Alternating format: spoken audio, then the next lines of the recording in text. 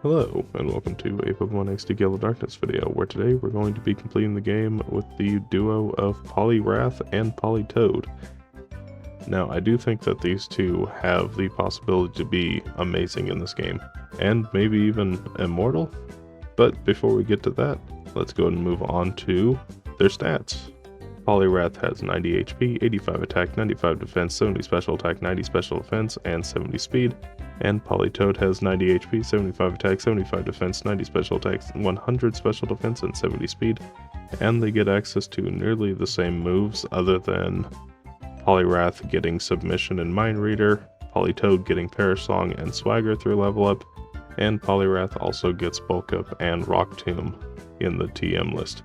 So I think overall, just based on their stats and move pool, they are going to do very well. Earthquake is always quite nice. Having access to an ice type move to take down Eldest is always great. Fighting type, while not the best attacking type, does have its uses throughout the game. The only real flaw I see is that their speed stat is just a little low, meaning that we might be outsped by some of the threats in the late game. But I don't think it'll be too much of an issue because we will be overleveled for those fights. But anyway, let's go and move on to our Poliwrath in particular, which fittingly has a serious nature. It's just unfortunate that it is a neutral nature, but I think that Poliwrath's stats are probably fine enough without a good nature. It gets the water absorbability, which changes water into HP, which is how I think I might be able to make these Pokemon immortal. And according to Bulbapedia, Poliwrath gets Water Gun, Hypnosis, Double Slap, and Submission by level 10. So now we move on to Politoed, who has a naive nature, raising its speed but lowering its special defense, which is going to be very helpful to make sure that both Poliwrath and Politoed aren't in constant speed ties. And Politoed also has the water absorbability, so I will be able to heal Poliwrath and Politoed using both of their water guns. And Politoed gets Water Gun, Hypnosis, Double Slap, and Perish Song. So with that, we go ahead and move on to the game, and the first thing we're going to do is actually get rid of Perish Song for Seismic Toss, and that's because it's only 2 Pokemon, meaning that I would always lose battles if I used Perish Song, which is a bit unfortunate, but of course these 2 Pokemon being fully evolved have no trouble getting through the early game, so I get right away to the battle against the old man, and unfortunately at this level I'm still not quite able to take down the Abra with a single Double Slap. Now, despite its name, it can actually hit more than twice, so there was a chance I could have taken it down. And then out comes the Shroomish. Now, I do think that Shroomish is a little bit of an issue, and Double Slap and Seismic Toss takes it down below half. And at this point, because movesets aren't really developed for the Pokemon yet, I will actually be seeing a lot of Water Absorb from water types just not having any other moves to use. And after a pretty easy battle against the old man, we move on to the Power Rangers. I decide to fight Brown, simply because he has a ground type, which is weak to water, and Water Gun takes it down to red. Hits me with a Shadow Blitz, not doing that much damage. Peck gets a crit, taking me down to half. Water Gun finishes it off the Baltoy, and then all that's left is the Hoot Hoot. Submission takes it down to red. Unfortunately, Submission does deal recoil damage, which isn't great.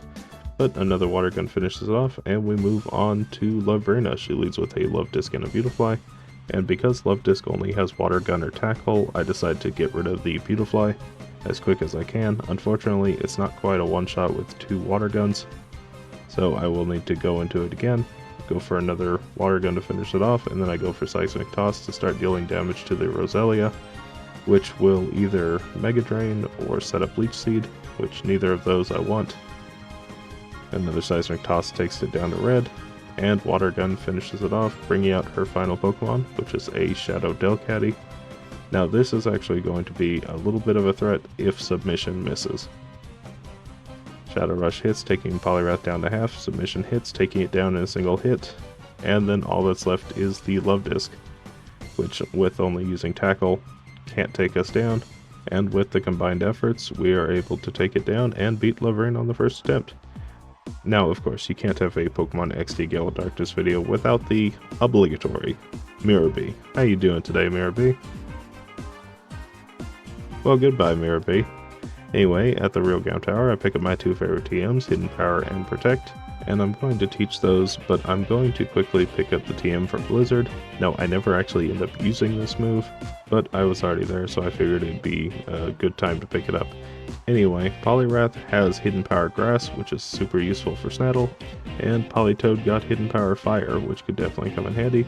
At the Tutor Lady, I pick up Body Slam for Poliwrath, and I pick up the Swinub for the Never Melt Ice item. That way I can raise Ice Beam's damage by a little bit when I pick that up right now, and I'm going to teach that over Hypnosis. And I decide to go do Mount Battle to go pick up the move for Water Pulse, and finally replace Water Gun. And then I go ahead and catch the Seal here for the Mystic at Water item, raising my Water type damage by 10%. And then I go into the battle against Snaddle. He leads with a Lantern and a Quagsire. I go for Seismic Toss into Lantern, not really doing that much damage. Hidden Power doesn't even take down Quagsire despite it being 4 times effective, which is a bit unfortunate. Then I finish it off with Water Pulse, and then out comes his Shadow Lunatone. Now, if I'm not able to take it down on the first turn and outspeed, it will set up Shadow Sky, and Hidden Power Grass really isn't doing that much damage. And so I use Water Pulse thinking that'll finish it off, but it doesn't quite do that. Use Water Gun into Politoed to heal it, and that didn't heal as much as I thought it would. But that doesn't really matter for now. Fruity Pebbles are up. I go for Water Pulse to heal up Poliwrath, which also doesn't heal that much, but Water Gun does finish off Lunatone, then out comes Castform. And that Shockwave takes Poliwrath down to 19 HP, and the Fruity Pebbles bring it down to 13, which isn't great. I decide to go for Submission to try to take down the Castform in a single hit, and heal up Poliwrath a little more. Our speed is dropped, Shockwave does quite a bit to Politoed, and I miss the Submission. So I think this is all but lost. Shockwave takes me down to 14, Seismic Toss doesn't take down Lantern, Body Slam does though. And then out comes his final Pokemon, which is Metang, and I don't really think I can take it down. Go for Submission and Water Pulse to do as much damage as I can to it, but Shockwave finishes off Poliwrath, and I'm forced to bring out Seal because I had to catch it right before this fight to get the Mystic Water item. Politoed is taken down to 12 HP, luckily the Fruity Pebbles end, and Shockwave takes Seal down to 10, and I take down Metang. Unfortunately at this point I do need to forfeit the match because had Seal not been there, Politoed definitely would have gotten taken down by the Shockwave. So we go into the battle again, and this is where I finally figured out just how Water Absorb worked. Because I was under the assumption that this move was based on the amount of damage that you received is how much you healed. Which is why I went out of my way to go get Water Pulse. It's still useful for the Lunatone, but the main reason was to up the water type damage to heal more. But in actuality, it just heals a quarter of your max health, which is still quite nice, but it's not the immortality that I was looking for, and that I thought I had. But now that I know just what the limits of Water Absorb are, I'm actually able to get past Snaddle pretty easily. Because now I'm not focused on trying to become immortal, I'm just trying to win the fight. Which I'm left down to Quagsire, which all it can do is lower my speed. So I go for Water Pulse to take it down below half, and Hidden Power to finish it off. So with that, we beat Snaddle on the second attempt. I teach Politoed Protect, and I go into the battle against Gonzap. He leads with an Electrode and a Nuzleaf. And I do need to get a little lucky because I want to have the Nuzleaf fake out into the Politoed, which it did. And I'm able to get a Body Slam into the Electrode. Unfortunately, Static does happen, so I am paralyzed. Go for Ice Beam, which finishes it off. Out comes Vileplume. Nuzleaf is going for Hyper Beam now. Body Slam into Vileplume really doesn't do that much damage. Luckily, Ice Beam does finish it off, and then out comes Whiscash. Now, of course, I have Hidden Power Grass, so this is going to do quite a lot of damage. Unfortunately, I do get paralyzed. Go for another Ice Beam to take down the Nuzleaf before it uses another Hyper Beam. Whiscash is now going for Hyper Beam. Go for Hidden Power, which actually doesn't take it down in a single turn. Go for Hidden Power Fire into the Skarmory, taking it down to yellow. And the other Hidden Power to finish off the Whiscash. And then all that's left is the Skarmory, which will go down to one last Hidden Power. And Gonzap gets beaten on the first attempt pretty easily. At the top of the pyramid, I finally get the move Earthquake, which I'm going to teach over Hidden Power, because I can always pick up Hidden Power again later. Anyway, at the battle against Gorgon, he leads with a Lairon and a Celio. I go for Ice Beam, which is definitely the worst move I could have gone for, because it has the Thick Fat ability, having the amount of damage from ice moves. But I go for Protected Earthquake, which takes down Valeron, and takes down the Celio with a crit. I'm not sure if that was necessary though. Out comes Slowking and Ursaring. And I go for Body Slam into Slowking and Ice Beam into it as well, which Ice Beam really isn't doing that much. Body Slam takes it down to half. Earthquake fired back, not really doing that much damage. Go for Protect and Earthquake once again, which does take down the Slowking. Does quite a bit to Ursaring, nearly half. Then out comes Primeape. Ursaring hits a slash into Poliwrath, doing a little bit of damage.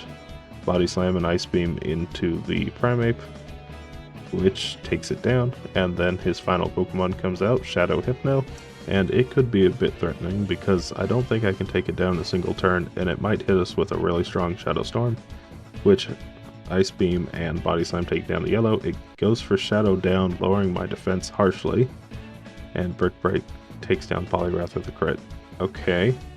Go for Ice Beam, which takes down Ursaring, and luckily Hypno just went for Shadow Down again, so I'm able to take it down with one last Ice Beam and beat Gorgon on the first attempt. Now going into the last area of the game, they are doing extremely well. In fact, they could even become the 4th Pokemon in the SS tier if they can keep the momentum going. So we go into the battle against Lavrina. She leads with a Gardevoir and a Gorbis, and I go for Protect and Earthquake to hopefully take down the Gardevoir, which it doesn't, and I do about half to Gorbis as well. And even though Poliwrath is in love because I outspeed and can take down the Gardevoir, I'm able to break it from its infatuation and use Earthquake again to take down Roselia and the Gorbis. And then all that's left are her 2 Shadow Pokemon, Farfetch'd, which is extremely annoying because it likes to use Shadow Panic, and Altaria, which is quite strong. So I go for Ice Beam to take down the Farfetch'd right away because I don't want to be confused. And then Altaria just goes for Shadow Mist, wasting its chance to try to take us down, and Ice Beam finishes it off. So with that, we move on to the top of the volcano against Snaddle once again. He leads with a Quagsire and a Metang, and I go for Earthquake once again to take down the Metang in a single hit, and it almost takes Quagsire to half. Out comes Scizor. Now luckily I do have Hidden Power Fire, which I think should be able to take it down in a single hit. It does, which brings out the Solrock, his first Shadow Pokemon, and this always likes to set up Shadow Sky, which I really don't want to see. Mudshot hits Politoed, lowering its speed, so now we're both -1. Water Pulse finishes off Solrock, not before it sets up Shadow Sky. I'm not able to take down Quagsire with a Body Slam, so unfortunately I have my speed lowered again. Quagsire is going to go down pretty soon to the Shadow Skies though. Go for Ice Beam, which nearly takes down Castform, and Body Slam finishes it off, and then all that's left is the Shadow Starmie. And it is absolutely faster than us, so I need to hope that I'm able to take it down quickly without it taking us down first. So I go for Earthquake and Protect, and it uses Shadow Break into Poliwrath, which is unfortunate, but Earthquake is doing half damage to it. So I think I should be able to take it down safely with Body Slam and Ice Beam, which Shadow Break takes Politoed down to 14 health. Ice Beam does more than half, and Starmie goes down to Body Slam. Okay, well, moving on to Ardos. He leads with an Alakazam and Shadow Swallow, and Alakazam outspeeds, and so does Swallow. And unfortunately Swallow went for Shadow Half, so now both my Pokemon have taken quite a bit of damage, but I'm able to take down the Swallow and the Alakazam, which brings out Kingdra and Heracross, which is definitely not the best pair you want to see. Ice Beam doesn't even take Heracross down to half, and Body Slam just is a little too weak to take it down. Now in hindsight, maybe Hidden Power Fire would have been better, but I think I forgot at this point. Water Pulse finishes it off, and then out comes Electabuzz, and hopefully I'm able to heal up Politoed, but Kingdra takes it down, and I use a really weak Water Gun into Kingdra. Go for Earthquake, hoping to take Electabuzz down. Shadow Storm does quite a lot of damage, and Kingdra takes me down to red, but I'm able to get off the Earthquake, taking down Electabuzz, and bringing out his final Pokemon, Snorlax. Now I just decide to go for another Earthquake here, but get taken down by the Kingdra immediately. Now on the third attempt, and I am playing the Swallow Lottery. I go for Protect, hoping that Swallow will use Shadow half. Unfortunately it doesn't, but I am able to take down the Alakazam without taking any damage. Then out comes the Kingdra, which I will be able to take down in a single hit because of the Shadow half. So there is a bit of a bright side to it, and Swallow can't attack next turn, which is quite nice. Then out comes Heracross, Body Slam into it, taking it down to nearly half. Fruity Pebbles take it down below half. And I go for Water Gun to heal up Politoed and Ice Beam to finish off Swallow, because I don't really need the extra speed now because I'm already slower than Electabuzz. But Heracross must have seen the KO with Mega Horn, so it went for that immediately, which is a bit unfortunate. Go for Protect and Earthquake to take down the Electabuzz, and nearly take down Heracross. And then out comes his final Pokemon, which is the Shadow Snorlax. Rock Tomb hits, lowering Poliwrath's speed, so I will be slower than the Heracross now, but that's not really an issue, because I can take down the Snorlax with a single submission, and Water Pulse to take down the Heracross. Unfortunately, submission misses, and Politoed goes down. Now, I am going to play it safe now with Earthquake because it always hits, and also it's a single target, but it doesn't do nearly as much damage as I thought it would. I get taken down at 5 HP, but one last Earthquake finishes it off, and that was extremely close.